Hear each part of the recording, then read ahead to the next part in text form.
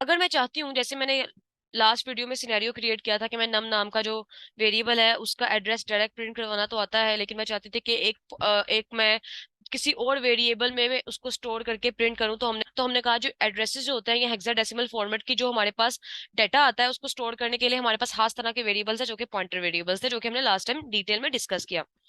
अब मेरा सिनेरियो ये है कि मैंने ना ये जो पॉइंटर वेरिएबल है, मैं चाहती हूँ कि इसका जो अपना एड्रेस है ना वो मैं किसी और वेरिएबल में स्टोर करूँ।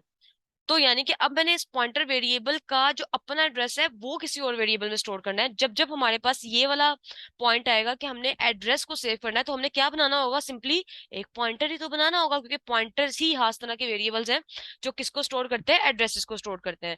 तो अगर मैंने एक पॉइंटर वेरिएबल का एड्रेस स्टोर करना है तो मुझे उसके लिए भी क्या बनाना पड़ेगा, एक पॉइंटर ही बनाना पड़ेगा। सही है।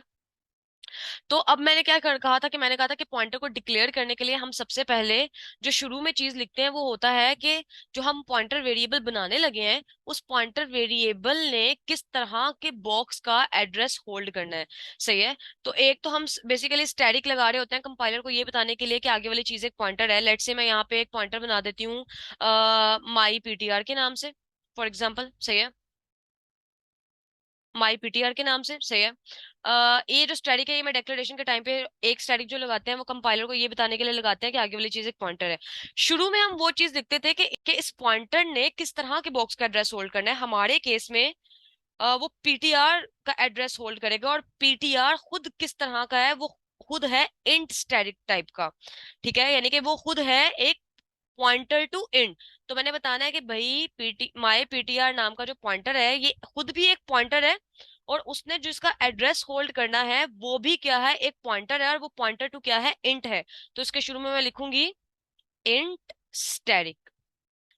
तो यहाँ पे मैंने ये जो एक स्टैटिक लगाया है ये कंपाइलर को ये बताने के लिए लगाया है कि आगे वाली चीज एक पॉइंटर है, और जो शुरू में मैंने ये स्टैटिक और इंट लगाया था ये मैंने ये बताने के लिए लगाया था कि जो पीटीआर माई पीटीआर के नाम का ये जो पॉइंटर है इसने किस तरह के बॉक्स का एड्रेस होल्ड करना है। भाई ऐसे बॉक्स का एड्रेस होल्ड करना है जो खुद भी क्या है, एक पॉइंटर टू इंट है।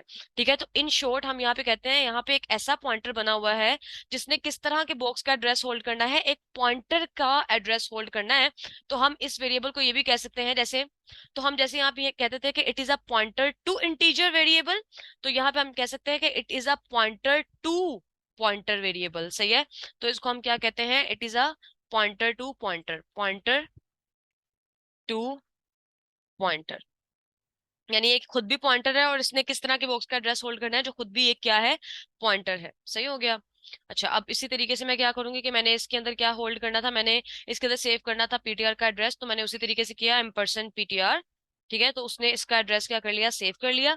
अब अगर मैं आपसे कहूँ कि जो माई पीटीआर है इसके अंदर क्या पड़ा होगा, तो आप कहेंगे इसके अंदर पीटीआर का एड्रेस पड़ा होगा, और इस पीटीआर में क्या पड़ा हुआ है, इस पीटीआर में पड़ा हुआ है नम का एड्रेस, और नम के अंदर क्या पड़ा हुआ है, नम एक सादा वेरिएबल है जिसके अंदर 5 पड़ा हुआ है।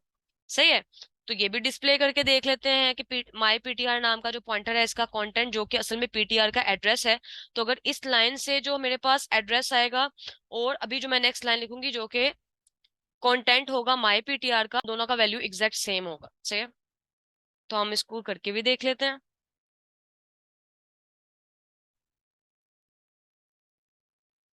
और हम जल्दी से इसको ऑब्जर्व कर लेते हैं कि लास्ट 2 लाइन से जो वैल्यूज आएंगे that should be exactly same. तो इस एम्परसेंड पीटीआर करने से जो डायरेक्ट एड्रेस आया वो ये है हमारे पास। और जब मैंने इस एड्रेस को सेव किया माई पीटीआर में और माई पीटीआर के जरिए जब मैंने डिस्प्ले किया, यानी माई पीटीआर का कंटेंट डिस्प्ले किया, यानी कि उसके अंदर क्या मौजूद है, यानी उसके अंदर एम्परसेंड पीटीआर था, यानी पीटीआर का एड्रेस था, और अगर मैं ऑब्जर्व करूँ तो दोनों वैल्यू एग्जैक्ट सेम है। ठीक हो गया। इसी तरीके से जितने पॉइंटर्स आते जाएंगे उनका अपना एड्रेस भी होगा, और हर तरह जिस चीज को भी मैं वेरिएबल कहूंगी उसकी सारी की सारी जो प्रॉपर्टीज हमने ऊपर डिस्कस की थी वो होंगी। और अगर मैं पॉइंटर वेरिएबल की बात करूंगी तो पॉइंटर वेरिएबल की एक प्रॉपर्टी नहीं होती जो कि क्या होती है, उसकी अपनी डेटा टाइप, बाकी सारी उसकी प्रॉपर्टीज होती हैं।